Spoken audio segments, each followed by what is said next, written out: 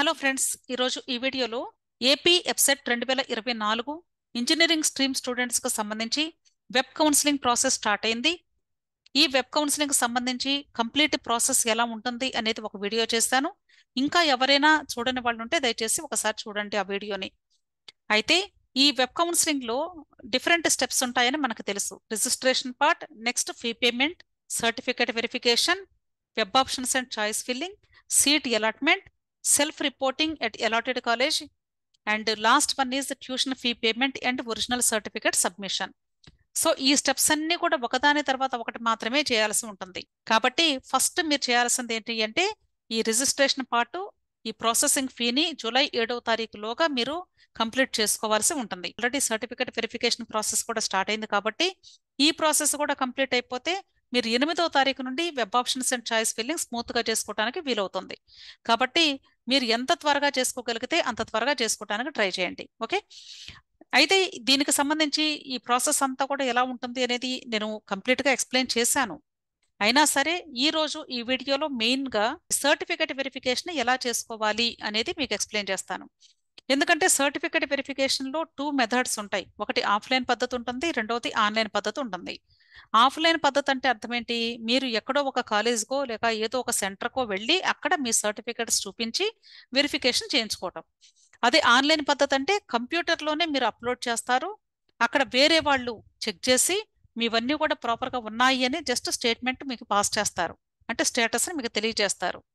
ఇది ఆన్లైన్ పద్ధతి. సో ఈ 2 పద్ధతిలో ఎవరికి ఏ పద్ధతి పాటించాలి, ఎవరికి ఏ పద్ధతి అక్కర్లేదు అనేది ఈ రోజు ఈ వీడియోలో మీకు క్లియర్గా ఎక్స్ప్లెయిన్ చేస్తాను. క్లియర్? వీటన్నిటి గురించి ఎక్స్ప్లెయిన్ చేసే ముందుగా ఈ ఏపీ ఎఫ్సెట్ 2024 అడ్మిషన్స్ కౌన్సిలింగ్ సంబంధించి వెబ్ పేజ్ ఎలా ఉంటుంది అనేది చూపించాలి అనుకుంటున్నాను. అంటే అసలు ఎక్కడ ఎలా చేసుకోవాలి అని తెలియనటువంటి స్టూడెంట్స్కి కొంతైనా హెల్ప్ అవుతుందనే ఉద్దేశంతో నేను కంప్లీట్గా ఈ పిక్చర్స్ కూడా ఇస్తూ ఉన్నాను. ఇది అఫీషియల్ వెబ్సైట్ ఫ్రంట్ పేజీ. ఇక్కడ మీరు చూసినట్లయితే లెఫ్ట్ సైడ్ ఫార్మ్స్ అని ఉంది కదా. First one candidate registration, know your payment status, know your registration, application and verification status, next certificate re upload అని ఉంది. ఈ 4 స్టెప్స్లోనే మనం మొత్తం ప్రాసెస్ని కంప్లీట్ చేసుకోవాల్సి ఉంటుంది. ఆల్రెడీ చాలా మంది ఈ 2 స్టెప్స్ కంప్లీట్ చేసేసారు. అంటే రిజిస్ట్రేషన్ పార్ట్ అయిపోయింది, పేమెంట్ కూడా చేసేసుకున్నారు. ఇప్పుడు ఈ పేమెంట్ సక్సెస్ అయిందా లేదా అని క్లిక్ చేసుకుని చూడాలి అంటే ఈ రెండో దాని మీద క్లిక్ చేసి చూడండి. మీది ప్రాపర్గా పేమెంట్ సక్సెస్ అయిపోతే అప్పుడు యువర్ పేమెంట్ ఈజ్ సక్సెస్ అని మీకు స్టేట్మెంట్ వచ్చేసింది. ఇక్కడ అప్లికేషన్ మీద క్లిక్ చేస్తే మీ అప్లికేషన్, మీ రిజిస్ట్రేషన్ సక్సెస్ఫుల్గా కంప్లీట్ అయిందా లేదా అని ఇన్ఫర్మేషన్ కనిపించింది. అలాగే వెరిఫికేషన్ స్టేటస్ అంటే ఇవన్నీ కూడా వెరిఫై చేసి మీరు వెబ్ ఆప్షన్స్ పెట్టుకోవడానికి ఎలిజిబుల్లా కాదా అనే స్టేట్మెంట్ కూడా వాళ్ళు ఇస్తారు. ఆ స్టేటస్ అని తెలుసుకోవాలి అంటే వెరిఫికేషన్ స్టేటస్ మీద క్లిక్ చేయాలి. సర్టిఫికేట్ రీ అప్లోడ్, ఈ సర్టిఫికేట్ రీ అప్లోడ్ మీద మీరు క్లిక్ చేసినట్లయితే ఏ డాక్యుమెంట్స్ని మీరు ఒకవేళ మరలా రీ అప్లోడ్ చేయాల్సి ఉంటుంది అనే దానికి సంబంధించి ఇన్ఫర్మేషన్ ఇచ్చింది. ఎందుకంటే ఎగ్జామ్కి ముందుగా అప్లికేషన్ పెట్టుకున్నప్పుడే అన్ని డాక్యుమెంట్స్ని అప్లోడ్ చేసేసారు. ఇప్పుడు మరలా కొత్తగా అప్లోడ్ చేయాల్సిన అవసరం ఏమీ లేదు.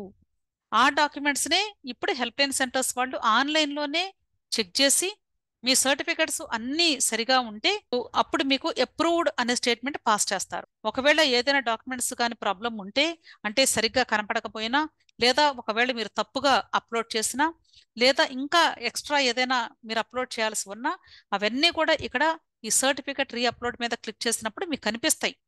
ప్రాబ్లం ఉంటే కనిపిస్తాయి, అందరికీ కనిపిస్తాయి అని కాదు. సో ఎవరికైతే ప్రాబ్లం ఉందో, అంటే రీ అప్లోడ్ చేయమని అడిగిందో వాళ్ళు ఏం చేయాలంటే మరలా పాతవే మీరు అప్లోడ్ చేయొద్దు. మరలా ఫ్రెష్గా స్కాన్ చేసుకొని సరిగా ఉన్నాయో లేదో, మీకు బాగా కనిపిస్తున్నాయో లేదో చెక్ చేసుకోండి. అప్పుడే వాటిని మరలా రీ అప్లోడ్ చేయండి. అర్థమైంది కదా? అలాగే ఇక్కడ మీరు రైట్ సైడ్ చూసినట్లయితే ఇవన్నీ కూడా డేట్స్ మరలా ఇచ్చారండి. జాగ్రత్తగా మీ నోట్బుక్లో రాసుకోండి. ఓకే, అలాగే ఇక్కడ information bulletin and downloads. Information bulletin అంటే కౌన్సిలింగ్ కి సంబంధించిన ఇన్ఫర్మేషన్ మొత్తం కూడా దీనిలో ఉంటుంది. అలాగే నేను జస్ట్ ఆ డేట్స్ ని మరలా ఒక టాబ్లెట్ ఫార్మాట్ లో ఇచ్చాను. దయచేసి మీరు స్క్రీన్ షాట్ తీసుకోండి, ఈజీగా ఉంటుంది. డేట్స్ మిస్ అయ్యాయి అంటే మాత్రం తిరిగి మరలా మీరు వెళ్ళి అక్కడ ఎవరిని రిక్వెస్ట్ చేసినా హెల్ప్ చేయరు. ఓకే, అయితే నేను ఇంతకు ముందు చెప్పినట్లుగా సర్టిఫికేట్ వెరిఫికేషన్ ఆఫ్లైన్ పద్ధతి ఉంటుంది, ఆన్లైన్ పద్ధతి ఉంటుంది అని చెప్పాను. మరి ఆన్లైన్ పద్ధతి ఎవరు చేసుకోవాలి, ఎవరు ఆఫ్లైన్ పద్ధతి చేసుకోవాలి అనేది చెప్తాను ఇప్పుడు. ఆఫ్లైన్ పద్ధతిలో చేసుకునేది ఎవరు అంటే స్పెషల్ కేటగిరీకి సంబంధించినటువంటి స్టూడెంట్స్. అంటే NCC, sports and games, scouts and guides, PWD category, cap reservation, Anglo Indian reservation, ఈ కేటగిరీస్ లో ఉన్నటువంటి స్టూడెంట్స్ తప్పనిసరిగా విజయవాడలో government polytechnic college Ramesh hospital ఎదురుగా ఉంటుంది. అక్కడికి వెళ్ళి మీరు వెరిఫికేషన్ చేయించుకోవాల్సి ఉంటుంది. వీళ్ళు ఒకవేళ ఆన్లైన్ పద్ధతిలో వీళ్ళకి వెరిఫికేషన్ జరిగి అప్రూవ్డ్ అని వచ్చినా సరే తప్పనిసరిగా ఆఫ్లైన్ పద్ధతిలో కూడా వెళ్ళి చేయించుకోవాలి అని చెప్తున్నారు. అంటే ఆన్లైన్ పద్ధతి చేసినా ఆఫ్లైన్ కూడా వెళ్లాల్సిందే. ఎవరైతే ఆఫ్లైన్ పద్ధతిలో వెరిఫికేషన్ చేయించుకోరో వాళ్ళకి ఈ కోటాలో అంటే ఈ రిజర్వేషన్ కేటగిరీలో సీటు పొందే అవకాశం మిస్ అవుతుంది అని చెప్తున్నారు. అయితే వెళ్ళేటప్పుడు మీరు అన్ని ఒరిజినల్ సర్టిఫికెట్స్ తీసుకొని వెళ్ళాలి. అంటే అకాడమిక్స్ కి సంబంధించినవి, వీటితో పాటుగా స్పెషల్ కేటగిరీకి సంబంధించిన సర్టిఫికెట్స్ అన్నీ కూడా మీరు వెంట పెట్టుకొని తీసుకొని వెళ్ళాలి. అంతేకాదు ప్రతి సర్టిఫికెట్ 2 సెట్స్ జిరాక్స్ కూడా తీసుకొని వెళ్ళమంటున్నారు. ఓకే, సో ఏ డేట్స్ లో ఏ స్పెషల్ కేటగిరీకి ఏ ర్యాంక్ నుండి ఏ ర్యాంక్ వరకు జరుగుతుంది అనేది క్లియర్ గా ఇచ్చారు. దయచేసి మీరు స్క్రీన్ షాట్ తీసుకోండి. దీని ప్రకారంగా మాత్రమే వెళ్ళండి. ఒకవేళ మీరు ముందు వెళ్ళి మాకు వెరిఫికేషన్ చేయమన్నా చేయరు, లేదా లేట్ అయ్యి అంటే మీకు ఉన్న స్లాట్ కాకుండా నెక్స్ట్ స్లాట్ వెళ్ళి చేయమన్నా కూడా చేయరు, గుర్తుంచుకోండి. అంతేకాదండి, మీరు ఏపీ ఎఫ్సెట్కి అప్లై చేసినప్పుడు ఈ స్పెషల్ కేటగిరీ ఆప్షన్ చూజ్ చేసుకోవటం కానీ మీరు పొరపాటున మర్చిపోయి ఉంటే వాళ్ళకి ఇప్పుడు మరలా ఈ కౌన్సిలింగ్ ప్రాసెస్లో రిజిస్ట్రేషన్ చేసుకునేటప్పుడు మార్చుకోవడానికి అవకాశం కల్పించలే వాళ్ళు. అయినప్పటికీ కూడా ఆ స్టూడెంట్స్ కి కూడా ఆఫ్లైన్ సర్టిఫికేట్ వెరిఫికేషన్ సెంటర్ దగ్గరకు వెళ్ళి సర్టిఫికేట్ వెరిఫికేషన్ చేయించుకునే అవకాశం కల్పిస్తున్నారు. వాళ్ళు కూడా ఇక్కడిచ్చినటువంటి ర్యాంక్స్ ప్రకారంగానే వెళ్ళి చేయించుకోవాల్సి ఉంటుంది. అర్థమైంది కదా? అయితే ఏ డాక్యుమెంట్స్ మీరు తీసుకొని వెళ్ళాలి అనేది ఇక్కడ లిస్ట్ ఇచ్చారు. నేను ఆల్రెడీ ఇంతకుముందు వీడియోలో కూడా మీకు క్లియర్ గా ఎక్స్ప్లెయిన్ చేశాను. అన్ని ఒరిజినల్స్ ఉండేలాగా చూసుకోండి. కంపల్సరీ ఒరిజినల్ ఉంటేనే మీకు కౌంట్ అవుతుంది. ఏదైనా ఒరిజినల్ లేకపోతే మాత్రం ఆ సర్టిఫికేట్ ని వాళ్ళు కన్సిడర్ చేయరు, గుర్తుంచుకోండి. అయితే ఇన్కమ్ సర్టిఫికేట్ కానీ ఎవరైతే ఇప్పుడు క్లెయిమ్ చేసుకోలేరో వాళ్ళకి ఫీ రియంబర్స్మెంట్ రాదు అని చెప్తున్నారు. కాబట్టి మీరు ఇన్కమ్ సర్టిఫికేట్ ఎలిజిబిలిటీ ఉంటే కానీ తప్పనిసరిగా మీరు క్లెయిమ్ చేసుకోండి. ఒకవేళ ఇన్కమ్ సర్టిఫికేట్ లేని పక్షంలో వైట్ రేషన్ కార్డు ఉన్నా అదైనా చూపించవచ్చు, అలాగే దాన్ని అప్లోడ్ చేసుకోవచ్చు. ఇక్కడ ఈ సర్టిఫికేట్ వెరిఫికేషన్ ని ఆన్లైన్ పద్ధతిలో ఎలా చేసుకోవచ్చు అనే దానికి ఇక్కడ చూపిస్తున్నారు. అయితే ఆన్లైన్ పద్ధతిలో మీరు ఇప్పుడు ఫ్రెష్ గా ఏది కూడా అప్లోడ్ చేయాల్సిన అవసరం లేదు. ఆల్రెడీ మీరు ఈ ఏపీ ఎంసెట్ ఎగ్జామ్ కి అప్లై చేసినప్పుడే మీ సర్టిఫికెట్స్ అన్నీ కూడా అప్లోడ్ చేసేసారు. ఇప్పుడు ఏం చేస్తారంటే హెల్ప్ లైన్ సెంటర్స్ వాళ్ళు ఇప్పుడు మీకు స్టేటస్ని పంపిస్తారు. అంటే మీ సర్టిఫికెట్లన్నీ బాగానే ఉన్నాయి, మీరు వెబ్ కౌన్సిలింగ్కి మీరు వెబ్ ఆప్షన్స్ పెట్టుకోవచ్చు అని.